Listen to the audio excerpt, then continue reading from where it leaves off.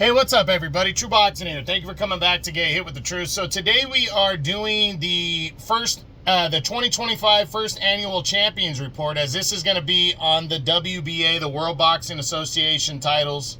I got to get this out before the fights start tomorrow on March 1st. Now, before we get into that, if you could smash the like button, leave a comment, or subscribe to the channel, I really do appreciate any and all support that I can get as I continue to build my channel here. So the Champions Reports, I do them bi-monthly. So the, end of February, end of April, end of June, end of August, end of October, and end of the year, end of December, I do them. This is the first version of 2025. The last time you saw me was at the end of 2024, where I did the year in review Champions Report. So I'm going to cover all WBA champions and title belts from 122 all the way to heavyweight, as I normally do. Let's get it kicked off. So 122 super bantamweight, the reigning undefeated, undisputed champion is Naoya Inoue, the Monster. Now, Inoue returned in January, took on Ye-Jun Kim. And when he was supposed to fight Sam Goodman, that fight got postponed.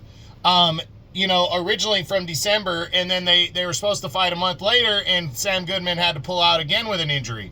So Ye-Jun Kim stepped in and got destroyed. Inoue dominated him, stopping him in 4 rounds. That was his third successful defense of his undisputed championship. Now he is, there's a lot of talk that he's going to be returning in mid-June to take on, most likely, his WBC mandatory challenger, David Allen Picasso, who's an undefeated fighter. Now, that fight has not been finalized, but there's been a lot of rumors that fight is going to be next for Inoue with the WBA and undisputed title at 122. We should have, by the end of the next Champions Report, by the next Champions Report, that fight should be finalized. And then we will go from there, but that's what it's looking like right now. 126 featherweight, the reigning undefeated champion there is Nick Ball. Ball has not fought in the first 2 months of the year, but he has his next fight good to go. Saturday, March 15th, he will make the second defense of his title when he battles former junior featherweight champ TJ Doheny. Personally, I'm not happy about this matchup because Doheny already got a gift shot at the undisputed super bantamweight title against the Monster Inoue just last year, and he got dominated and lost, and now he's been given another gift title shot against Nick Ball. I don't think Doheny is going to really do much against Nick Ball. I think Nick Ball is going to wear him down and stop him. It's more of a hometown title defense, just to keep himself busy. I do understand that, but I don't have to like it, and I don't. I don't like the matchup, but we will see Nick Ball returning on the 15th against TJ Doheny, the veteran, and then we'll see what happens from there. Hopefully by the next Champions Report, we got a little bit of direction of where Nick Ball what he might be doing next. 130 super featherweight. The reigning champ there is Lamont Roach Jr. Lamont Roach is taking his shot, moving up to 135, fighting Gervonta Tank Davis tomorrow night on Amazon Prime pay-per-view in the main event. I've already given my prediction. Personally, I feel he's going to lose this fight, but I do feel he's got that ballpark chance of pulling off the upset, but I really don't see it happening. After that, hopefully we got some direction about what he's doing next at 130, if he's moving back down, if he's giving up the belt, what's going to go down. Hopefully we have some kind of direction on the 130-pound title by the next Champions Report. Next up, 135 lightweight. We just mentioned Tank Davis. Tomorrow night, March 1st, on Amazon Prime pay-per-view in the main event, he'll make the next defense of his title when he battles junior lightweight champ Lamont Roach Jr. I think Tank Davis is going to dominate Lamont Roach and stop him, but you never know. We'll see what goes down, but should be an interesting fight between the two. But yeah, Tank Davis, a heavy favorite going into that. After that fight is over with, hopefully we got some direction, at least for his future by the next Champions Report at the end of April, of what he could possibly be doing next. Next at 140, junior welterweight. The reigning champ there is Jose Valenzuela, and Jose Valenzuela is returning tomorrow on March 1st. He will battle Gary Antoine Russell, defending his title for the first time after his victory over Isaac Cruz last August. Personally, I've already made my pick. I think Gary Antoine Russell is going to be your new WBA champion. But whoever comes from this fight, I think, has a very good chance of potentially unifying belts against the winner of Alberto Puello and Sandor Martin for the WBC title, especially if it's Puello, because Puello is full on with the PBC. So I'm interested in seeing what happens. Hopefully we get some kind of direction on that by the next Champions Report about if that is in the future plans for the winners of those two fights on the card tomorrow. But a good one, March 1st, Valenzuela and Russell for the WBA Championship should be a really good matchup. Next at 147, the reigning undefeated champ there is Imantas Stanionis. Stanionis announced the great news that he will be taking on the toughest test of his career when he battles reigning IBF champion Jerome Boots Ennis. That's a really good matchup right there between the two. They're attempting to unify belts. It's taking place I believe it's April 12th on DAZN. It's going to be a good one. I'm really looking forward to it. I'm surprised that they got the fight done because, I know it wasn't easy, but, man, this is a big matchup. The winner absolutely is going to be your number one guy. That fight will be taking place before the next Champions Report, but I haven't done my breakdown and prediction video on it, so I'm not going to give away my prediction on that yet, but Stanionis is definitely the underdog going into that against Boots, but it should be a good one to unify belts, and I'm excited to see what happens. And hopefully we have a direction on the WBA title and what's going to happen with it by the next Champions Report. Next, 154, the reigning undefeated champion there is Terrence Bud Crawford. Well, Bud announced with Canelo that Bud is not fighting any fights in between his showdown with Canelo Alvarez in September. So that means the 150, and that fight is taking place at 168. So that means the 154-pound title is probably going to be stalled for now. We haven't heard anything on an interim belt or anything like that, or a regular belt being announced for 154. Hopefully by the next Champions Report we get some kind of announcement there.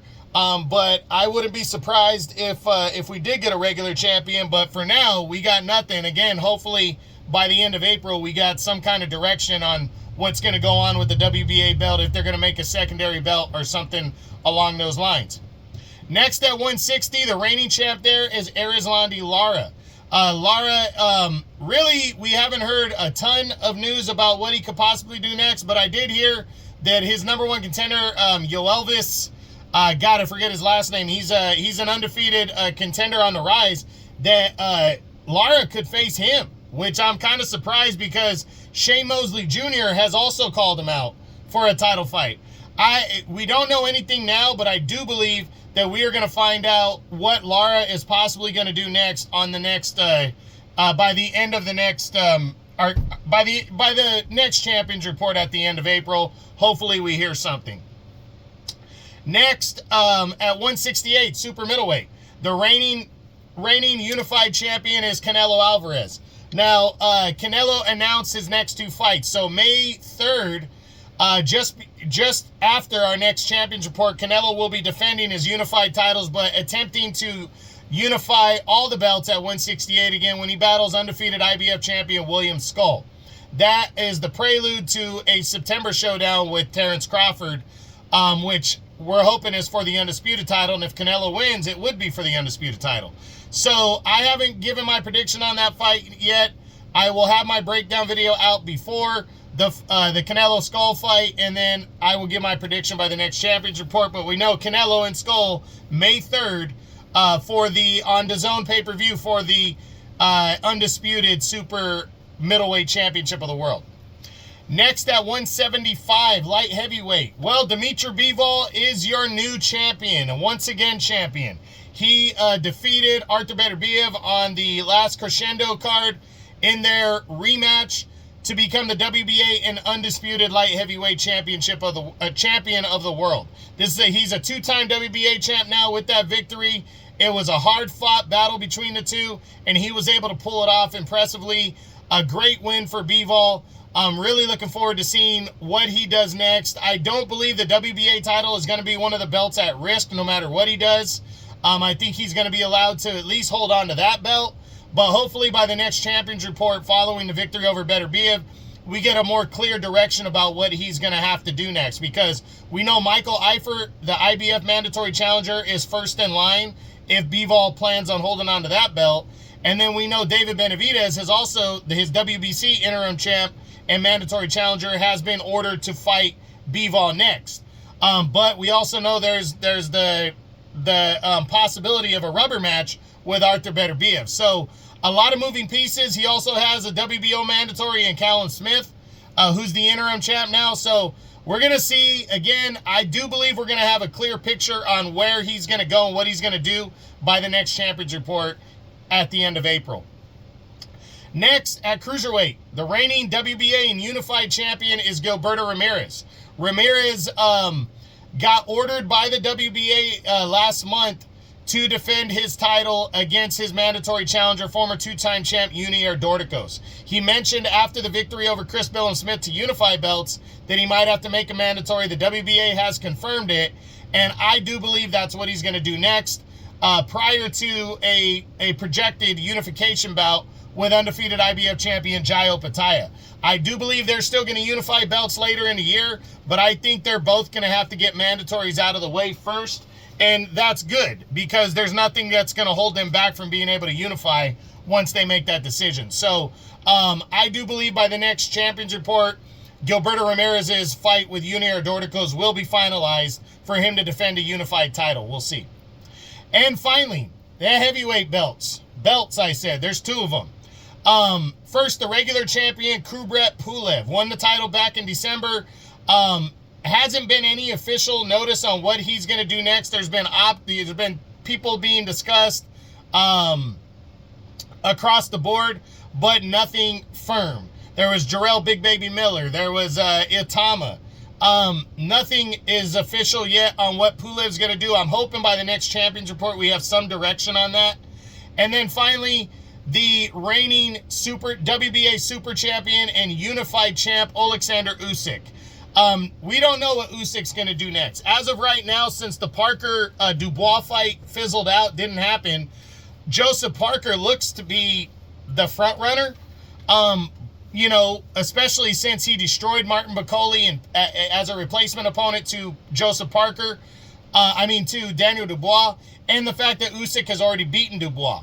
Dubois also has a mandatory technically due against Derek Chisora.